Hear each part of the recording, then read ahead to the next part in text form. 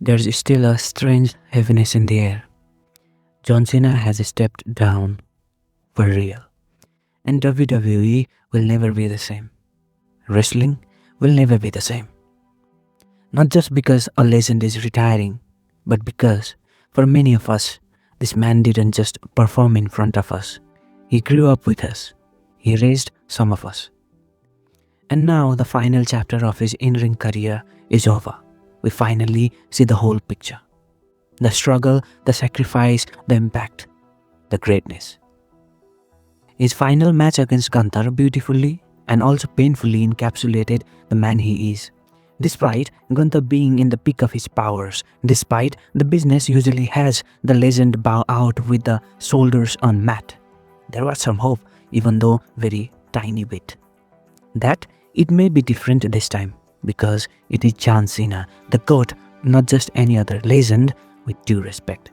Because one thing he has taught is to fight, to believe, to never give up, even if the odds are stacked against us. The odds favored Gunther by a country mile, but so many of us still believed in him that he can pull this off. But when the match was going on, it was no longer about the win, because the win would also mean this would be over.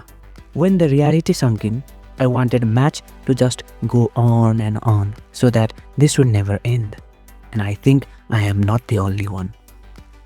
He means that much to us, so many of us. That impact is inexplicable.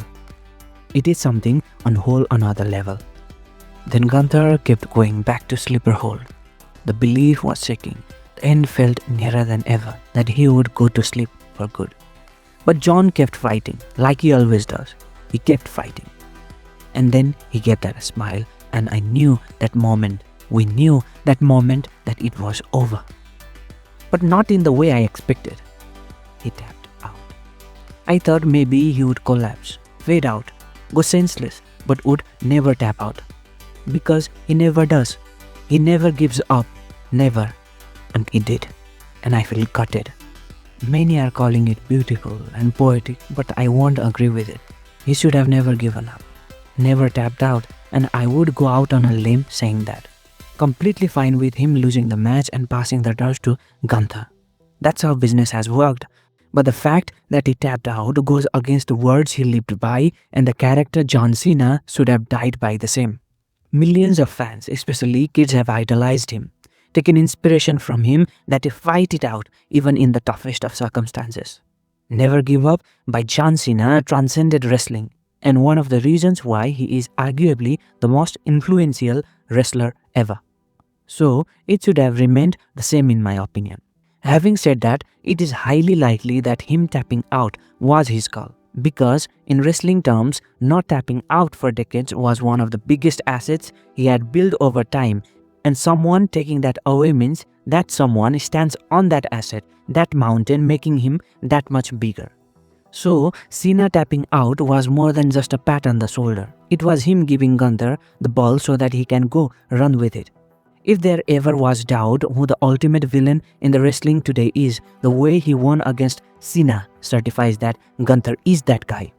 It was another way of him giving back. But I still don't agree with you, John.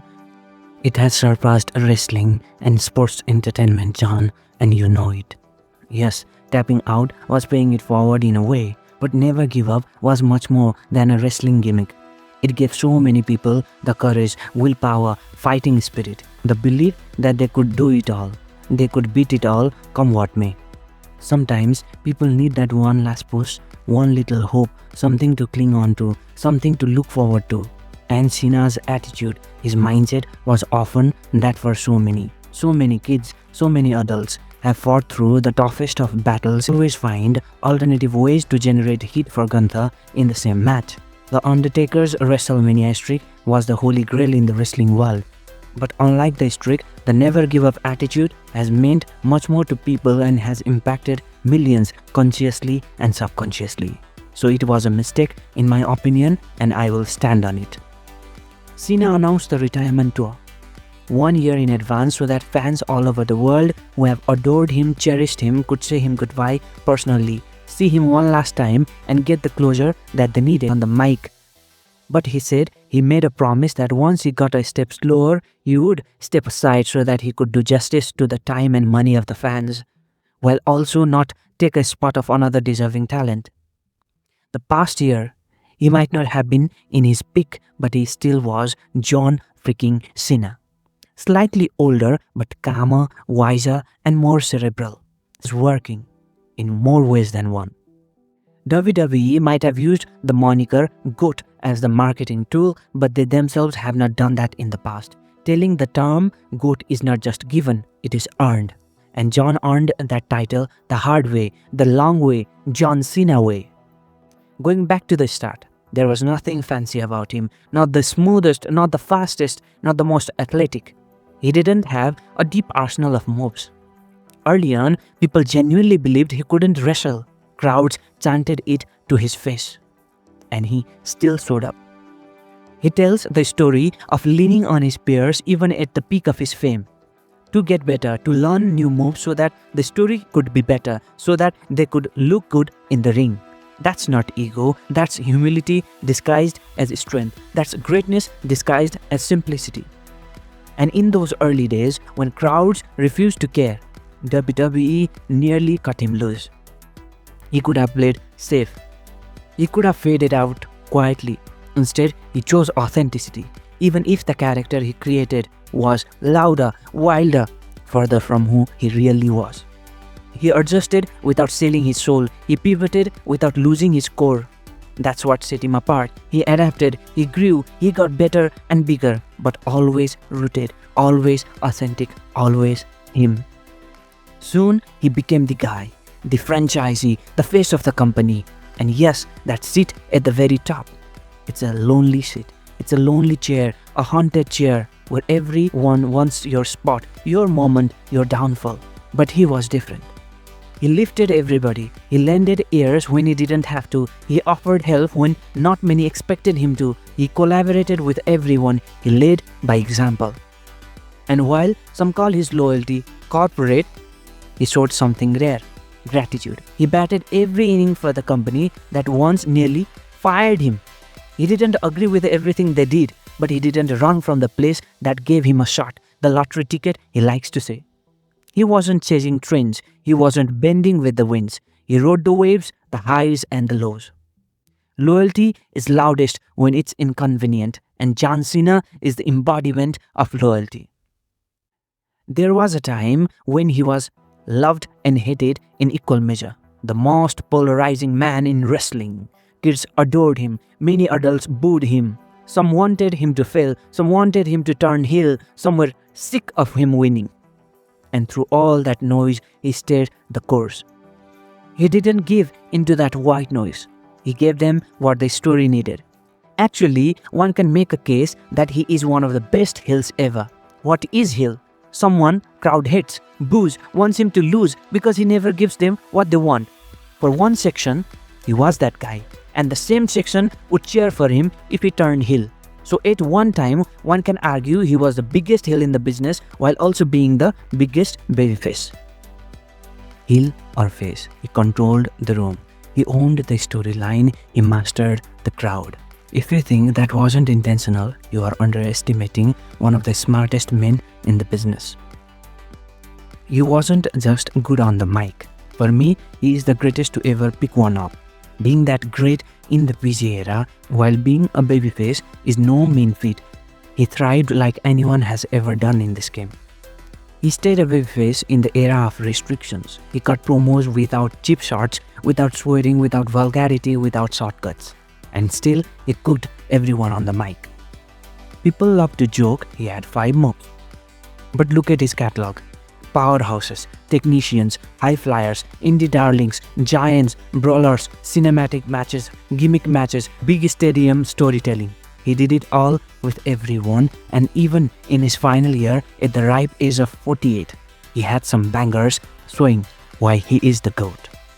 And yes, sometimes he looked rough around the edges, but that roughness made it real. The suicide dive that looks like he is flinging his whole life at someone. The Hurricane Rana that looks like he is giving everything just to land it. The springboard stunner that screams effort instead of ease.